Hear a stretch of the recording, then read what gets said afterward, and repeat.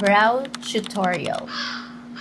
Yes. Pang ilang brow tutorial na natin to mga sis ha. Hindi ka pa rin marunong magkilay. First na gagawin mo, magbo-brow gel ka. Okay, ako ang pinaka-best among the rest. The brow gel talaga sa akin is this one, si Absidy. Alam nyo na yan. Comment na lang dyan ang mga OG sis na talaga namang nasubaybayan ang pagmamahal ko kay Absidy na brow gel. Kami sinasabi. Anyways, ayan. Gaganyanin mo lang siya.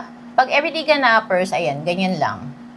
Susuklayin mo lang siya. Pero kung mag-i-events ka and gusto mo laminated, kung laminated talaga yung brows mo, then yung iba back and forth mo pa siyang ganon. Okay? Pero kung everyday ganappers, pwede na yung ganyan. Okay? Ayan. And then, syempre, susuklay-suklayin mo siya gamit itong brush. Gamitin natin yan. Kaya yan nilagay dyan para gamitin. Okay? Ayan. Tapos, ikukorte mo lang siya kung ano talaga yung natural shape ng kilay mo. This one yung may brow gel na. Ito yung wala pa. And then, since nagsimula ka palang magkilay, very perfect talaga ang brow pencil. This one is from Absidy. Pag bumili ka nito, mga sis, may kasama na siyang refill. Ayan, ganito yung tip niya. Parang magdo-drawing ka lang ng kilay mo. I'm using ash brown.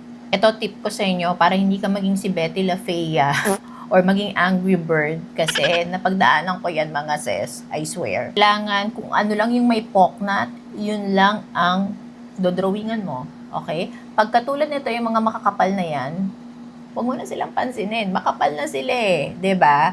So, yung may mga poknat, parang ito, and ito. Okay? Ganon.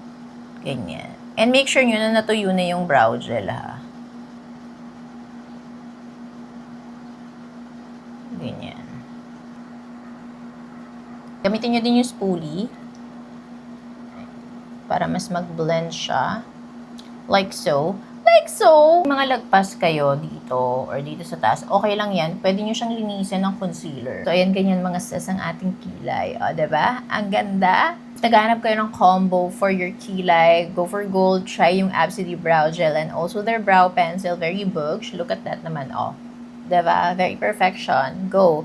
Try nyo na tong tutorial ko and sana maging boosh din ang kilay nyo.